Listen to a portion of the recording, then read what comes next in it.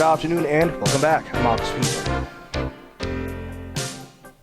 The images circled the globe and generated debate, memes, and disinformation. Tens of thousands of young men flooded the Spanish-African city of Ceuta on the Moroccan coast. It was presented or contested as a story about uncontrolled migration.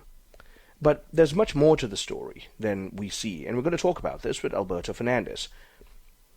Alberto Fernandez is Vice President of the Middle East Research Institute and a contributor to EWTN News and National Catholic Register. He served as the U.S. State Department's coordinator for the Center for Strategic Counterterrorism Communications from 2012 to 2015.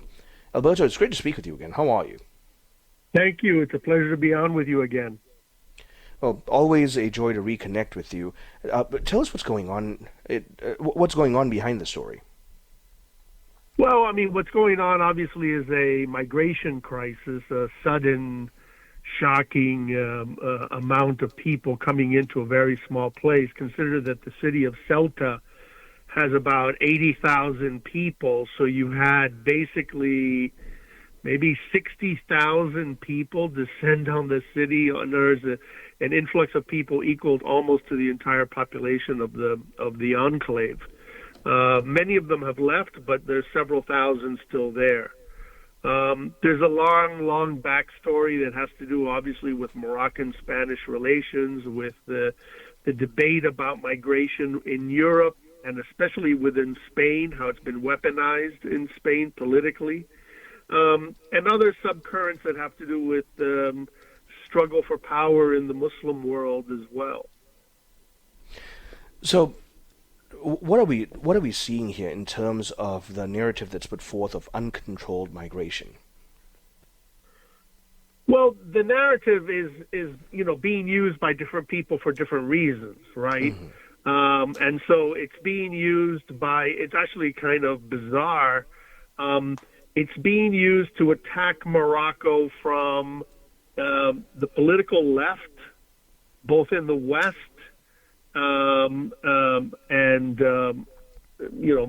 Countries that support political Islam as well. So, Russia, China type spaces. Also by Islamists.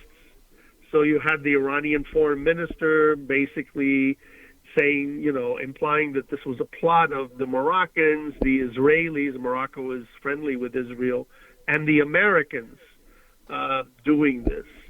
It also plays into, obviously, fears of a kind of Muslims flooding into Europe and millions of people flooding into Europe. But certainly that is happening as well. So it's a smorgasbord of controversy. There's something for everyone. Tell us about the Spanish Catholic concentration in Ceuta and Melilla, and why that matters to that region. Well, the point I make in the piece is that there's a history here, and that is that, of course, until the 8th century, more or less, the Mediterranean space was overwhelmingly a Christian space, Catholic space, on both sides of the Mediterranean. Of course, the conquest of Islam broke that as North Africa fell. North Africa, the land of St. Augustine and St. Cyprian of Carthage, fell under the rule of Islam. But there remained, until the 20th century, large concentrations of Christians in North Africa, in Alexandria, in Libya, in Tunisia, in Algeria, and in Morocco, including in these two Spanish cities, which have been under the rule of the Iberians for 600 years. All those other Catholic populations are gone. They either fled or they were forced out by nationalist governments, new governments that basically didn't want thousands of Italians or thousands of French or Spanish people. So Ceuta and Melilla are the remnants of an ancient Christian North African population, which is mostly gone now. And it's ironic, the number of Catholics in these two tiny towns is much greater than the number of Catholics or of Christians outside of these enclaves. There are very few people left, of course, who are Christians in Morocco, Algeria, Tunisia, and Libya. What's happening to the heritage architecture that was traditionally Catholic in the area? Well, it's been used for different reasons. Some of them are still churches. A few of them are. We had the Pope when he went to St. Augustine's site in Algeria. The cathedral there is still Catholic cathedral. It's a rare survival, probably because it's associated with one of our great saints. But in many other places, you have great cathedrals turned into mosques, or turned into churches, turned into police stations or schools. There's one place where it was turned into a boxing arena. The big cathedral in Carthage is a stadium space. So a few survive here and there, kind of serving the expat community or the migrant community, but most of them have been converted, obviously, to other uses. Alongside that, one of the things you highlight, too, is there's an entire disinformation campaign happening online. Share with us why it's important that we know what's going on, what's happening with that. Well, it's connected to the worldwide rise of anti-Semitism. I mean, there are different types of disinformation. One of them is, of course, different people on WhatsApp, on Facebook, encouraging these masses to descend on the city. So basically saying, the border is open, the Spanish want you to come in, the laws have been liberalized, you can come in, you can do whatever you want. That's different disinformation of a sort. There's also kind of a political disinformation that is saying this is all the fault of the Jews. This is all the fault of the Israelis. And by the way, the Americans as well, and the Moroccans. So there's these two types of disinformation. Of course, we live in an age of toxic disinformation, and people's lives are being lost, and obviously people are being demonized by this.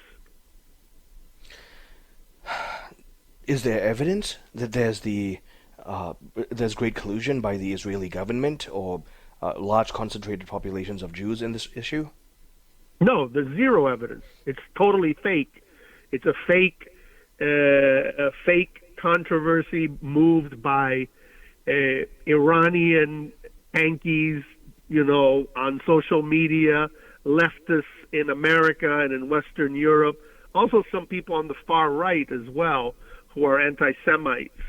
So it's a game, a toxic, dangerous game that's being played in the social media space. It's basically, if something goes wrong, blame the Jews.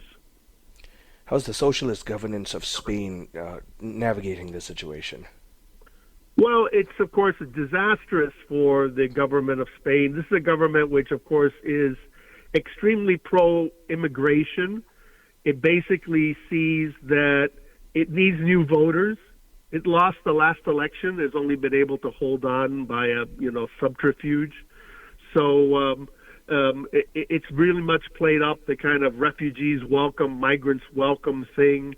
And it has some real political problems as a result of that. They would like to get millions of people to come in to have different voters.